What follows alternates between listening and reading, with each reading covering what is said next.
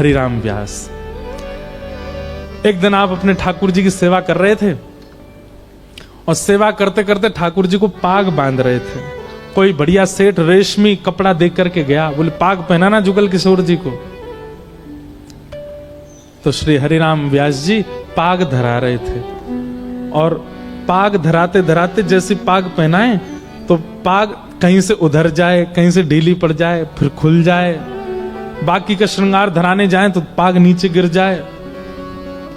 तो हरिराम व्यास जी को क्रोध आ गया और उधरी हुई पाग ऐसे मुंह पे आ रही थी, सबरे कपड़ा मुंह पे आ रहे जुगल किशोर जी के, उधरी हुई पाग में आरती कर दी। बोले खड़े रहो ऐसे ही हैं, सुबह तो है गई, मैं सुबह तैयार कर रहा हूं, तैयार नहीं है रहे मोह इतने काम करने। वृंदावन रोज वृंदावन की परिक्रमा देते थे हरिराम व्यास जी। मोह वृंदावन की परिक्रमा जानो, संत जन को भंडारो करनो, और यहाँ सुबह तो है गई है और पाग नहीं पहनने। देखो एक बात कहें, जब सेवा में प्रेम खूब दिया गया होगा ना ठाकुर जी को, तो फिर क्रोध करने का अधिकार मिलता है। लेकिन एकांत में, यो नहीं कि 4-5 लोग देख रहे हैं और तुम अपने ठाकुर जी को डांट रहे हो, ऐसे नहीं करना है। तो ऐसे आ जाएगा और प्रिया के ऊपर पाग पहना दो तो गोकर्ण बन जाएंगे ठाकुर जी। ये गोपाष्टमी के दिन, या फिर जब कभी भी आपके मन में आए ठाकुर जी आज जाओ गैया चराया हो, तो बाद ना ऐसी गोकर्ण पाग पहना दी ठाकुर जी। आज हरिराम व्यास जी देख रहे हैं, दोनों तरफ ऐसे कान निकरे हुए हैं, ऊपर ऐसी सुनहरी पाग, वापे मोर पिच्छ को सिरपेच पहनो है, आहा इतने सुंदर लग रहे हैं। तभी हरिराम व्यास जी के नेत्रबंद भय, और नेत्रबंद है तो सबरी छवि दिखन लगी। कहा छवि दिखी कि व्यास जी तो निकल के बाहर आ गए, बगल में बैठी किशोरी जी वे आई और ठाड़ी है गई। बोले परेशान करते रहो पूरे दिन आप व्यास है, बेचारो इतनी सेवा करे, इतना भोग बनावे और तुम पे ठाड़ो ना हो जाए, ये पाग उतार के धर दी, लाओ चलो मैं पहनाऊं। और किशोरी जी अपने हाथ से सुंदर श्री जुगल किशोर जी की पाग धरा करके और पाग पधरा करके बलैया लेके स्वयं जाके फिर व्यवस्थित है गई। जुगल किशोर जी या छवि को दर्शन करके ना जाने कितने समय तक अचेत अवस्था में ही पड़े रहे।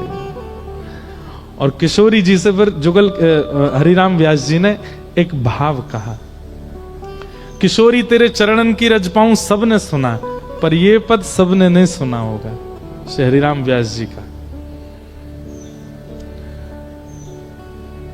किशोरी मोहे अपनों कर लीजो, किशोरी मोहे अपनों कर लीजो, श्री राधे मोहे अपनों कर लीजो, श्री राधे मोहे अपनों कर लीजो।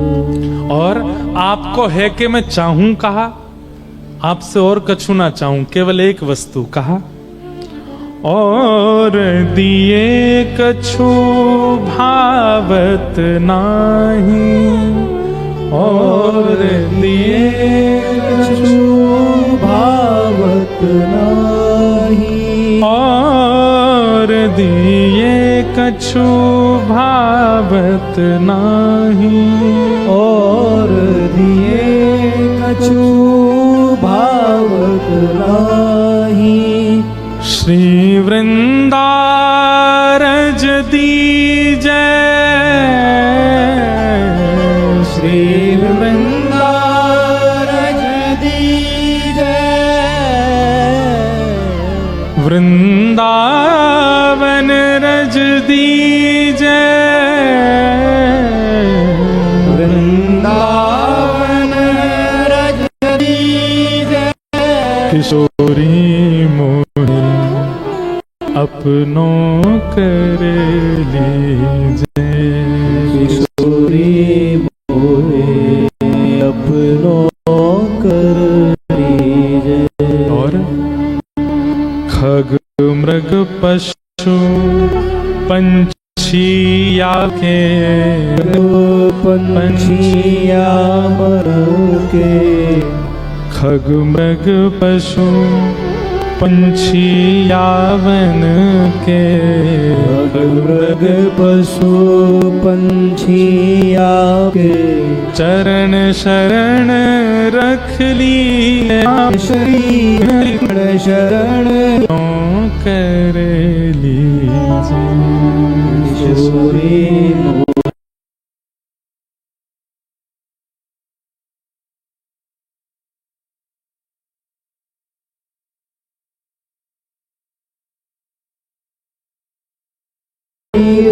खत महल टहलनी की जय, महल टहलनी की जय। मोए अपने महल में सहचरी रख लो, केवल द्वारपाल ही रख लो, कछु तो सेवा दे दो हे श्यामा जी। किशोरी मोहे अपनों कर लीजिए, किशोरी मोहे अपनों कर लीजिए। हरि राम व्यास किशोरी जी के चरणन की बार बार बलि जावे। क्यों? अपराध तो मोते बने सेवा में, अपराध तो मोते बने भजन में, पर हमारी किशोरी जी सब जगह मेरी रक्षा कर लें, कछु अपराध ऐसो बनन नाए दें।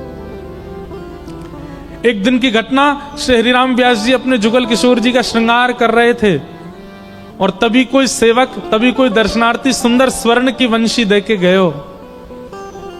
हरिराम व्यास जी ने अपने जुगल किशोर जी को आज वह स्वर्ण की वंशी धराने को प्रयास कियो, परंतु ठाकुर जी के भुजा में इतना अवकाश नहीं है कि वो स्वर्ण की वंशी आ जाए।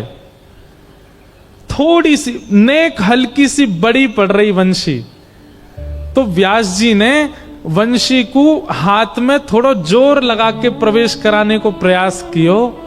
जैसे ही नेक जोर लगायो, ठाकुर जी के हस्त कमल में से श्वेत श्वेत रक्त वर्ण के बिंदु प्रकट हो गए। और जैसे ही रक्त वर्ण के बिंदु देखे, श्री हरिराम व्यास जी ने तुरंत सिर पकड़ के बैठ गए। अरे राम राम राम जी, अपराध है गयो, मैंने ठाकुर जी को पाषाण मान लियो। अरे ठाकुर जी तो साक्षात चैतन्य, देखो इनके हस्त कमल में से रक्त प्रकट है गयो है। ठाकुर जी को आकर के लेप लगा रहे, नेत्रों से अश्रु प्रवाह है रोए कि ठाकुर जी मुझे क्षमा कर दो, मैं आपके स्वरूप के प्रति मैंने पाषाण बुद्धि कैसे कर ली, मैंने क्यों हट किया आपके हस्त कमल में। और श्री हरिराम व्यास जी अपने पुत्र को लेकर के आए और बोले, आप अब सेवा तुम करोगे, मैं अपने आप को दंड दूंगा। बोले कैसो दंड दोगे पिताजी? बोले जब तक स्वयं श्री युगल किशोर जी प्रसन्न है करके मुंह को नहीं बुलाएंगे मैं नहीं आऊंगा, और तब तक वृंदावन की अनवरत परिक्रमा देते ही रहूंगा। और श्री हरिराम व्यास जी निकल गए और श्री वृंदावन की परिक्रमा प्रारंभ कर दी। ना पूर्ण होने वाली परिक्रमा, एक पूरी हो दूसरी प्रारंभ, दूसरी पूरी हो तीसरी प्रारंभ, तीसरी पूरी हो चौथी प्रारंभ, बस चलते ही जा रहे हैं, रोते जा रहे हैं, और बस सामने आने वाले हर व्यक्ति से कह रहे हैं मैं अभागो हूं, मैं बहुत बड़ा पापी हूं, मैं बहुत बड़ा दुष्ट हूं, आप चाहो तो मुंह पे नेक कछु गारी दे दो, मुंह पे नेक दंड दे दो, मैंने बहुत बड़ा अपराध किया है।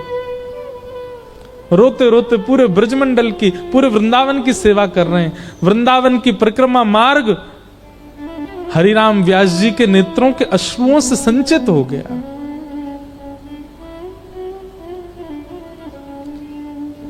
सब वैष्णव परिक्रमा नहीं कर रहे हैं, दोनों तरफ खड़े होकर के केवल व्यास जी की इस स्थिति को देख रहे हैं, अपने आप को दंड दे रहे हैं व्यास जी।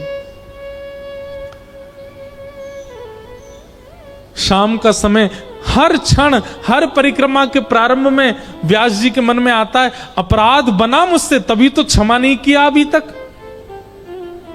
मैं ऐसे करते करते पूरे ब्रजमंडल में या वृंदावन की रण या वृंदावन की रज में ही अपने तन को विलीन कर दूंगा, मैंने ऐसा अपराध किया है। शाम का समय हुआ, संध्या आरती का समय, पूरे वृंदावन में मंदिरों में घंटे घड़ियाल संध्या आरती हो रही ठाकुर जी की। तभी आपके पुत्र परिक्रमा मार्ग में दौड़े दौड़े आए, पिताजी रुक जाओ, नेक डट जाओ, अरे मैं ना रुकूंगा, जुगल किशोर जी जब तक नहीं बुलावेंगे तब तक नहीं जाऊंगा। अरे पिताजी मैं वही तो बतावे आया हूं। बोले कहा भयो?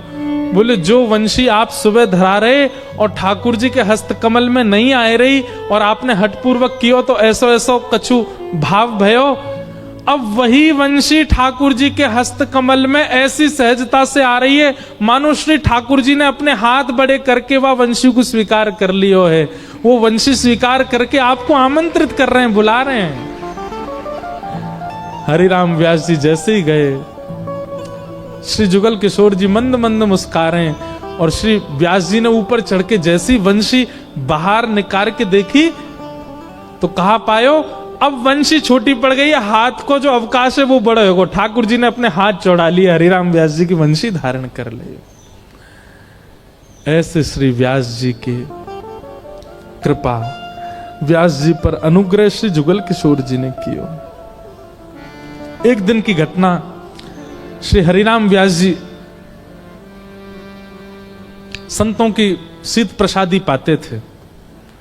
आपका नियम था जुगल किशोर जी की प्रसादी भोग संतों को पवाते, फिर संतों के जो शीत प्रसादी होती थी, शीत प्रसादी समझते हैं? संत महापुरुष जो पा लेते हैं उसके बाद जो तिनका बच जाए उनकी थाल में, वो शीत प्रसादी। बंधुओं एक बात बताएं आपको, जो सामर्थ हिमालय में भजन में नहीं है, जो सामर्थ कोटि गुण यज्ञ करने में भी नहीं है, वो सामर्थ किसी भजन निष्ठ संत की शीत प्रसादी पाने में है।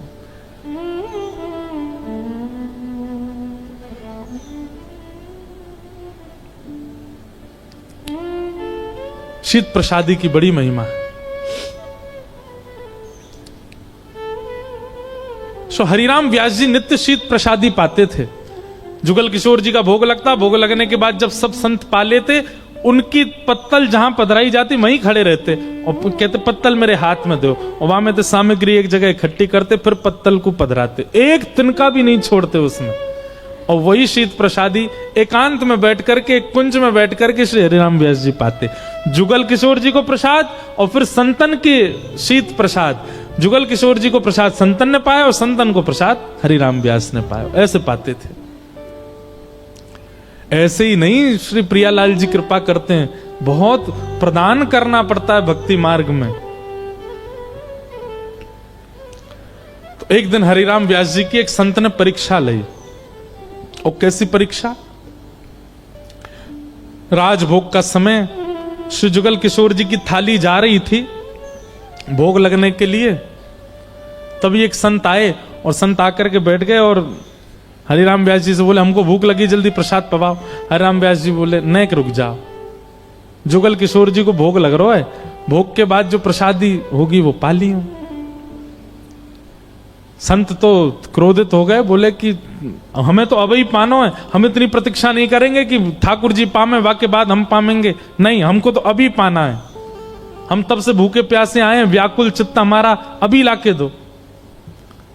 अब इतनी व्याकुलता करने लगे तो देखो ये एक वैष्णव स्वभाव है, वो अपराध बोध नहीं करता। हम आप सब लोग होते तो हम क्या कहते, बोले ये काय बात के संत ठाकुर जी को भोग लगाने ही वास्ते पहले मांग रहे हैं। पर श्री हरिराम व्यास जी बोले ठाकुर जी की कोई लीला होगी। भैया सुनो, जुगल किशोर जी की दूसरी रसोई बनेगी, जो थाली जुगल किशोर जी को जा रही है वही पधराओ, ठाकुर जी को भोग मत लगाओ, पहले इनको पवाओ। और सबसे कही जाओ जाकर के दूसरी रसोई सिद्ध करो, ठाकुर जी को दूसरा भोग बन जाएगा। संत आए, इनको पहले पवाओ। संत बोले निष्ठा तो है, जो ठाकुर जी का भोग रोक दिया लेकिन हमको पवा रहे। लेकिन अभी भी परीक्षा चली रही, संत पाने लगे और पाते पाते बोले अरे इसमें राम रस नहीं है, इसमें मिर्च ज्यादा है, इसमें जे वे सब करने लगे। बोले भगवान आप कृपा करके दे दें, हम दोबारा सिद्ध करवा दो। बोले तुम फिर से प्रतीक्षा करने के लिए कह रहे हो, अभी दूसरी रसोई बनेगी तब पवाओगे हमको, तब तक भूखे बैठे रहे। और महाराज उन संत को तो इतना क्रोध आया, उठा के थाल हरिराम व्यास जी के मुंह पे ही मार दी। साथ में जितने सेवक थे सब क्रोधित हो गए, सब उन संत के ऊपर चढ़ने लगे। हरिराम व्यास जी बोले सब शांत हो जाओ। और नेत्रों से अश्रुधार गिरने लगे, नृत्य करने लगे हरिराम व्यास जी। बोले आज जुगल किशोर जी ने प्रसाद दियो है, आज हमारी किशोरी जी मुंह पे बड़ी प्रसन्न है गई हैं। सब खड़े लोग कहने लगे व्यास जी आपके मुंह पे थाल मार दिया और आप कह रहे हो कि किशोरी जी प्रसन्न हो गई। बोले भैया और दिना तो संतन की शीत प्रसादी पत्तल में से बीन बीन के खानी पड़े, पर आज तो संत ने अपनी शीत प्रसादी शीत करके पूरी 56 भोग मोकू चुनवे को नहीं दई है, सीधे मेरे मुंह में ही उड़ेल दई है, मेरे मुंह पे ही मार दई है, ले पाले। और दिना तो मोह बीन के पानो पड़े, आज तो संतन ने अपनी शीत प्रसादी मेरे मुंह पे ही डाल दी है। आज किशोरी जी मुंह से बहुत प्रसन्न है। ऐसे श्री हरिराम व्यास, उनकी भजन भक्ति, उसमें ये जो दर्शन आप भाव का कर रहे हैं ना, ये भाव का दर्शन महादेव की कृपा है। और क्योंकि विशाखा सखी के अवतार, देखो एक बात तो हम मानते हैं कि कोई भी अगर भजन पथ पर खूब श्रेष्ठता को प्राप्त हो गया, श्रेष्ठता मतलब नाम शोहरत आदि में नहीं, भजन पथ पर खूब लंबा समय व्यतीत कर दिया, बिना भजन से च्युत हुए, बिना भजन छोड़े पूरा जीवन भजन मार्ग में निकाल दिया, आप निश्चित मान लीजिएगा वो निकुंज की कोई सखी ही थी, तभी वह कर पाई। हमारा भजन लंबे समय तक टिक नहीं पाता, किसी कारणवश उसमें न्यूनता, किसी कारणवश उसमें कोई ना कोई विक्षेप आता ही रहता है। हमारे नियम नहीं टिक पाते, एक नियम बनाया 5 दिन बाद वो नियम टूटेगा ही टूटेगा। अब शारीरिक नहीं हो, भगवत सेवा का हो, उस सेवा के नियम यदि बन रहे हैं, भजन पथ भक्ति पथ उसमें ज्यादा गिरावट नहीं हो रही है, चलते चले जा रहे हो आप, तो समझ जाओ आपका कोई संबंध तो है ठाकुर जी से। अच्छा, संबंध के बिना यदि भगवत पथ पे आ गए, हमारा कोई संबंध नहीं पूर्व का, तो फिर कैसे भजन मार्ग में स्थिर रहें? तो फिर संतन की सेवा, महादेव का अनुग्रह, उससे संभव है कि वो बन जाए। ऐसे श्री हरिराम व्यास जी का सुंदर चरित्र सुनाया गया। फिर व्यास जी की बेटी के ब्याह का प्रसंग है, इतना वो तो हंसी वाला प्रसंग है। व्यास जी ने अपनी बेटी के ब्याह में सब रिश्तेदार नातेदार सबको सुनाया, जो ब्राह्मण ब्याह कराने आए उसको भी खड़ी खोटी सुनाने लगे। बेटी ने अंत में जाके पूछा, बोले पिता पहला मैंने ऐसा देखा जो अपनी बेटी के ब्याह में बिल्कुल खुश नहीं है। आपने पंडितों को भी गाली दी, मेरे ससुराल वालों को भी गाली दी, आप चाहते नहीं कि मेरा विवाह हो। हरिराम व्यास जी बोले, पते की बात पूछ बेटा, ब्याह की इच्छा तो है कि तेरा ब्याह हो, लेकिन तू ब्याह करके ब्रज छोड़ के जाएगी, उससे मैं बिल्कुल प्रसन्न नहीं हूं। ब्रज छोड़ के जानो पड़े, ऐसो ब्याह काय काम को लाली। अरे कृपा करके ओरछा से हमको ब्रज प्राप्त भयो, और तू यहां ब्याह करके या ब्रज ही छोड़ के जा रही है। क्योंकि उनकी पुत्री के जो होने वाले पति थे वो किसी राजा के मुनीम थे, तो बाहर जा रही थी। तब वहीं मधुकर शाह ओरछा के राजा, जो कि हरिराम व्यास जी के शिष्य थे, उन्होंने कहा, बोले गुरुजी तो फिर आप ही बताओ क्या करना चाहिए। बोले हम तो भैया इसमें राजी हैं, एक घर बनवा करके इनका वृंदावन में दो, हमारे जमाई और बिटिया दोनों वृंदावन में ही रहे, यहां से जाएं ना। अगर ये यहां से जाएंगे ना तो इनका कन्यादान में करूंगा, ना इनकी विदाई में रोऊंगा। ऐसा वृंदावन से प्रेम करने वाला कोई मिलेगा जैसे हरिराम व्यास?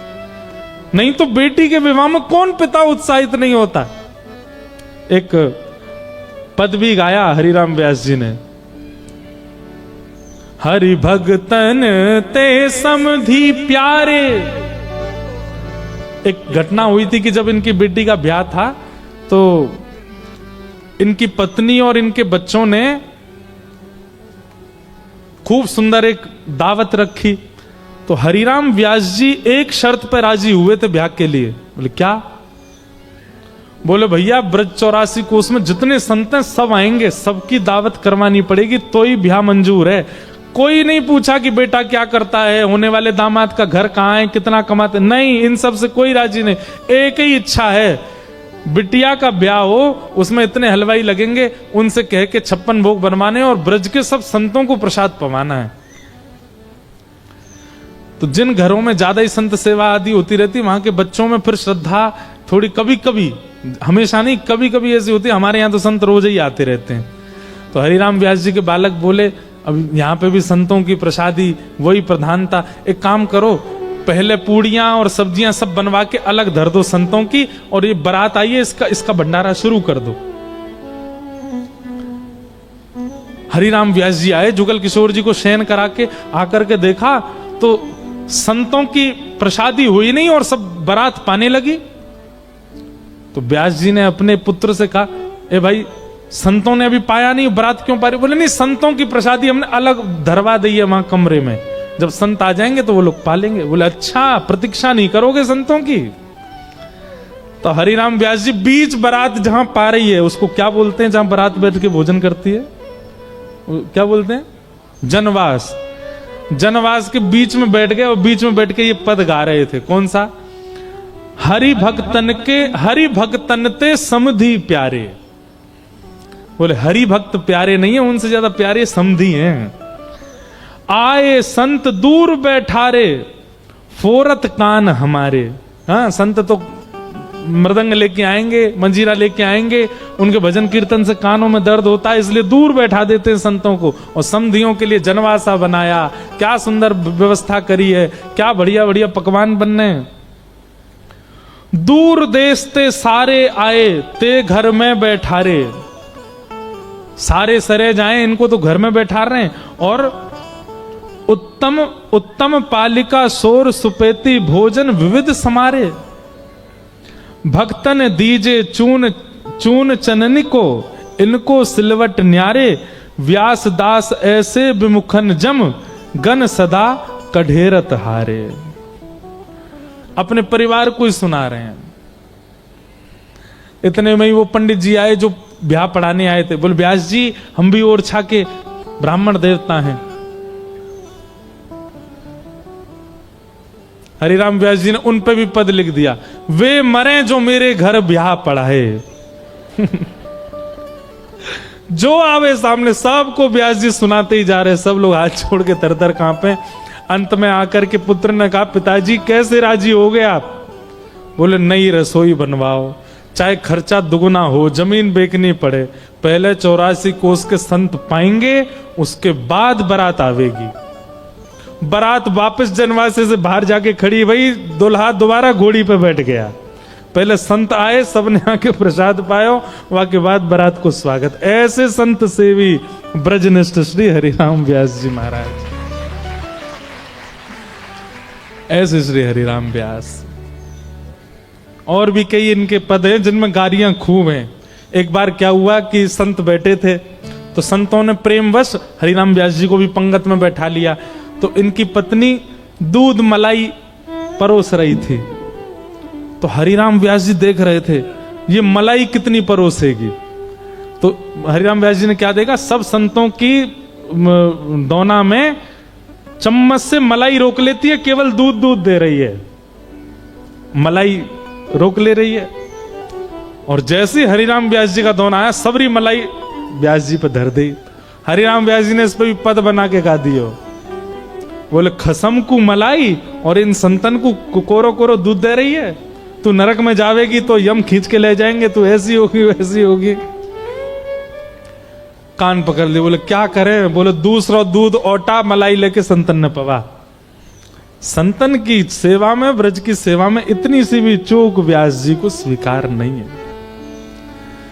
फिर आपके भी पुत्र हुए, उन पुत्र को आपने स्वामी श्री हरदास जी से दीक्षा ग्रहण करवाई। और एक दिन पुत्र और पिता दोनों को रास का दर्शन हुआ। श्री हमारे ब्रज में यमुनापल्ली पार मानसरोवर है ना, वहां मानसरोवर में एक दिन श्री व्यास जी को रास का दर्शन हुआ। कल भी रास हुआ था, आज भी रास, क्योंकि पूर्णिमा जी सामने ही बैठी है ना। अब पूर्णिमा को चंद्रमा उदय हो तो रास तो होएगा, इसलिए रास हो रहा है रोज। अजी वृषभानु की लली सांवरियों से नेहरा लगा के चली। हरि वृषभानु की लली सावरिया सुनेहरा लगा के चली। अजी वृषभानु की लली सांवरियों से नेहरा लगा के चली।